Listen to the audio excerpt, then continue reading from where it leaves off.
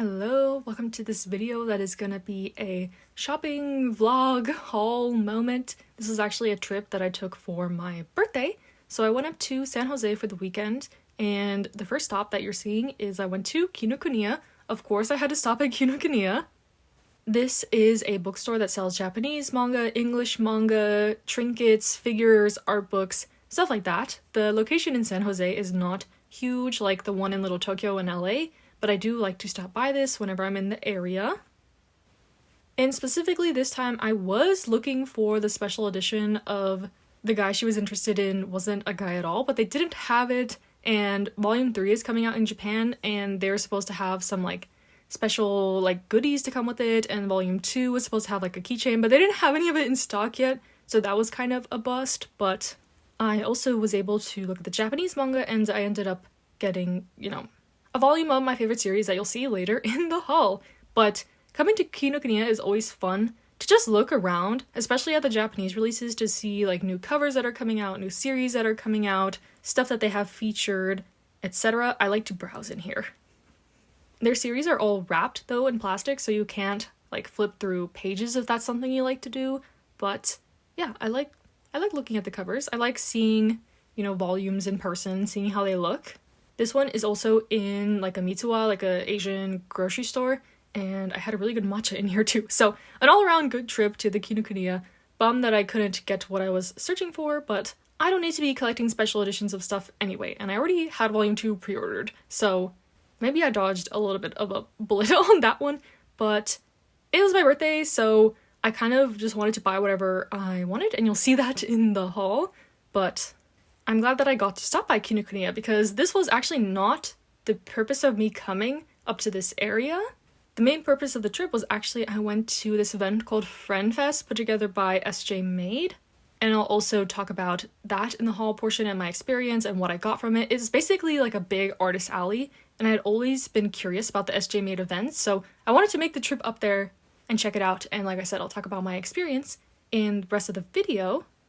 But I don't get to shop for manga in person very often. I usually don't either because I can get better deals online.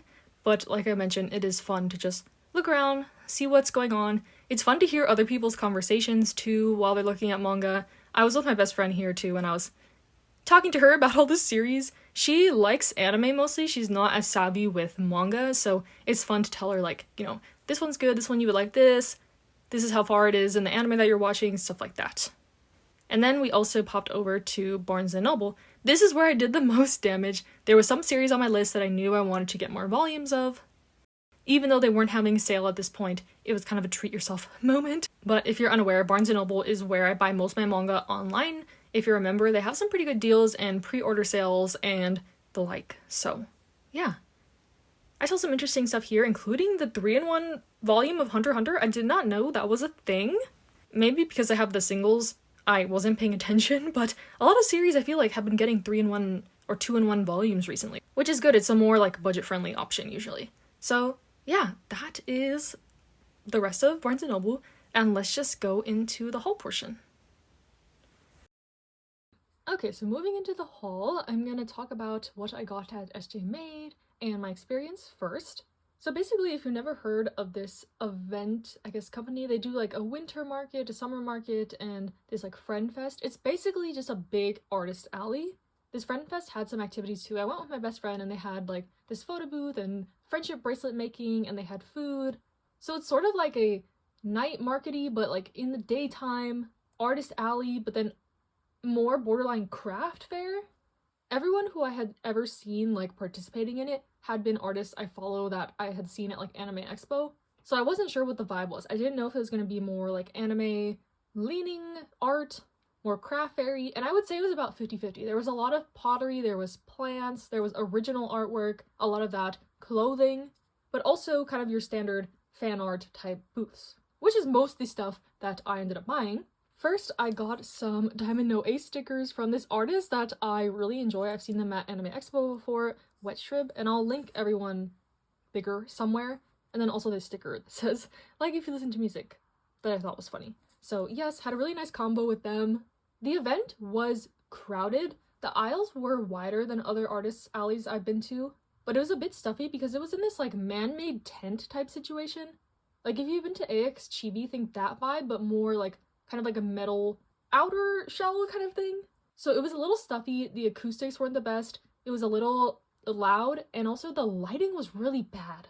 Like I felt like I wanted to whip out my flashlight at points like on my phone, but I didn't. I felt like I had to kind of squint at stuff. I have pretty bad vision in the dark because I have like astigmatism, so that was a little bit hard for me, honestly. And also the way that it was set up, like everyone's table was kind of like a booth. So it would go like in like a square like this is the walkway, and then each booth was like this. So you had to like kind of go inside the booth. And when I first got there, I was like, oh, this is really cool. Like they have a lot more space to display their merchandise and stuff, but I don't think that was the best layout in the end because all those little pockets of square get really congested, and then you can't really see like what's on this side and what's on this side, and if they have stuff like on the table below, which is an issue you see with like the standard like just front facing tables too. Like sometimes you can't see stuff that's on the like table when people are like surrounding it. But yeah, I found that the booths got a little bit crowded, and I kind of didn't look like as in detail because I didn't want to deal with the crowd, honestly. So yeah, those were like the negatives, I guess. Kind of the layout, the like venue itself. But for the positives, this event is free. It is free, no tickets needed, you just walk right in. And I think the variety of like artists that they had was really good. It was quite big. It was bigger than I thought. It took us about like 2-3 hours to get through every booth. It's a 2-day event. I went on Saturday. But yeah, I just went into it like not knowing what the vibe was. I was gonna go with the flow, if it would be crowded, not crowded, if I would buy anything. I came with my cash ready to spend a lot, and overall I had a good experience. I don't think I would travel again to it. San Jose is not like super far from me, but it was a trek. I had to stay the night. So I think definitely if you're local, I would highly recommend this. If you could just pop over for the day and not have to drive too far. But I think in the future I wouldn't go again unless I was already in the area or like an artist I adore and love who's from out of state or far away came. Like that's why I went to the first AX Chibi, because an artist I really liked who was from the East Coast came. So I guess it really just depends, but I had a good time overall. Just some criticisms of the event itself, I guess. But other than these stickers, I got this Princess Jellyfish print from an artist I bought from before called Starry Droplets.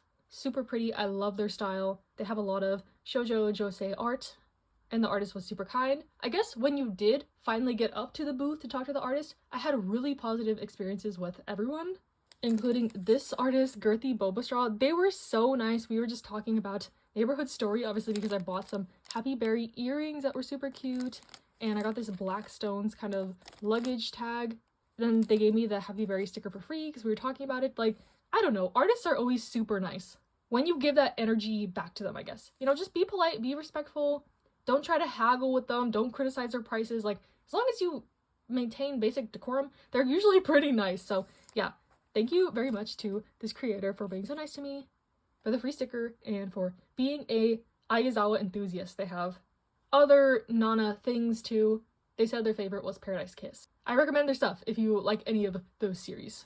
And then from this artist, Pink Little Clouds, I got this fish bag photo card holder. This was actually the one thing I set out to get this day from like looking at catalogs and stuff online before the event. This I thought was super cute. I love it so much. I love photo card holders. I collect photo cards if you didn't know. So this will be a perfect addition to my bag or my wall or whatever.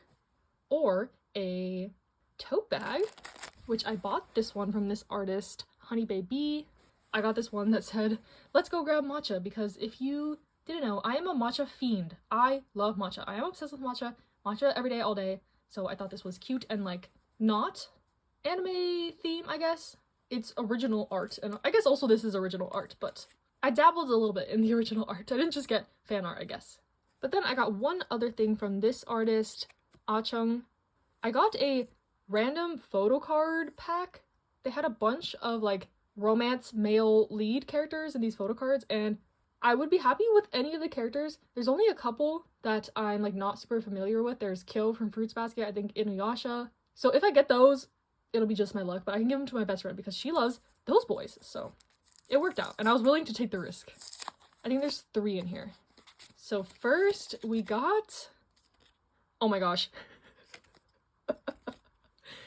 Is this Inuyasha? Because there's the other guy too, Shishomaru. This is Inuyasha, I think. Y'all, okay, I'm gonna give this to my best friend.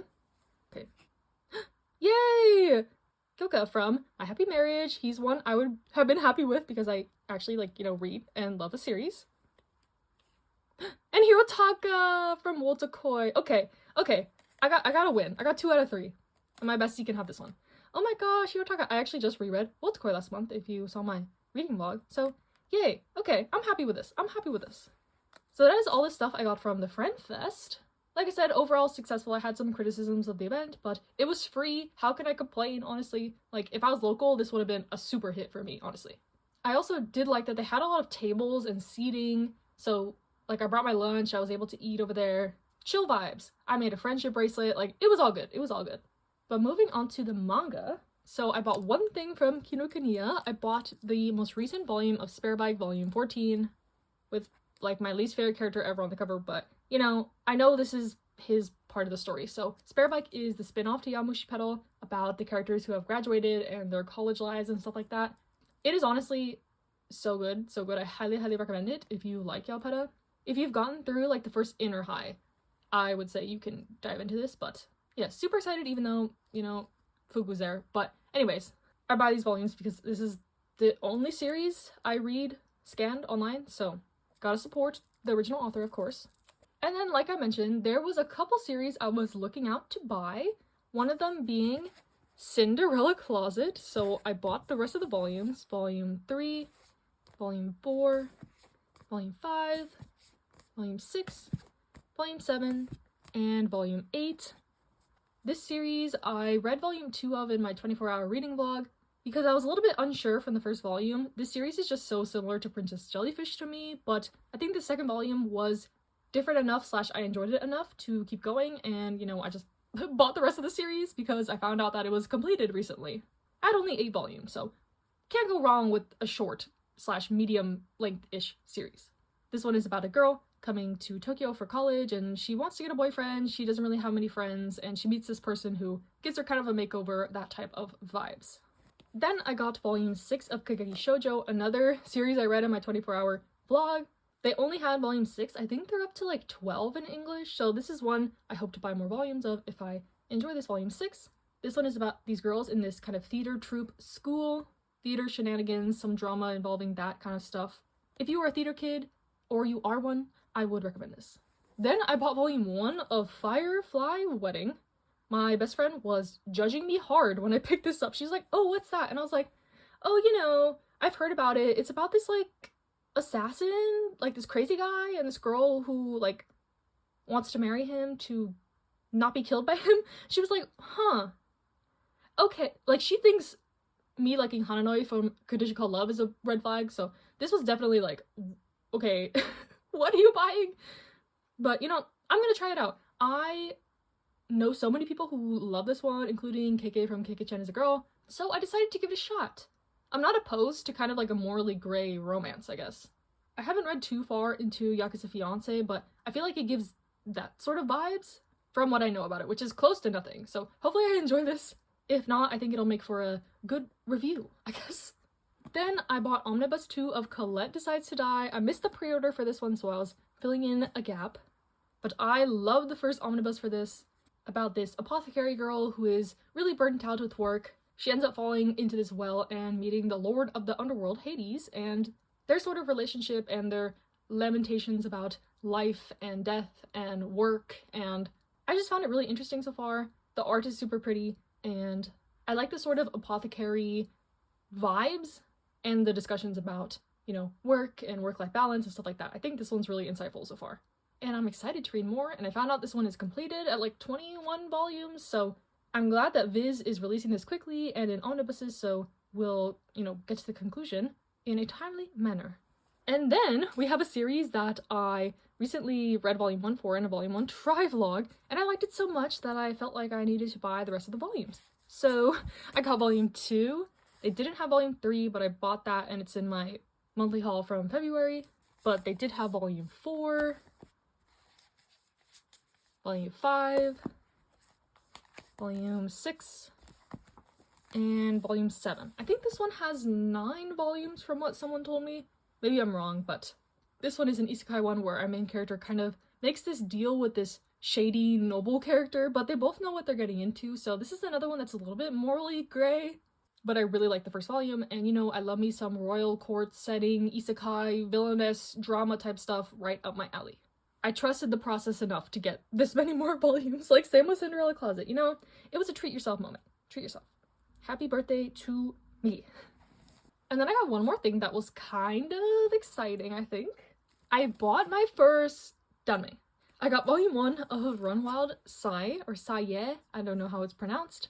But this is one that I've gotten a lot of recommendations for. From what I know, it is a like modern setting danme, human drama, angsty vibes. That's all I know. I know nothing else. This is my first danme I've bought. I actually have read my first volume of danme period. I read the first volume of Heaven Official's Blessing last month, and I really enjoyed it, so I'm curious to see how I'll feel about this one.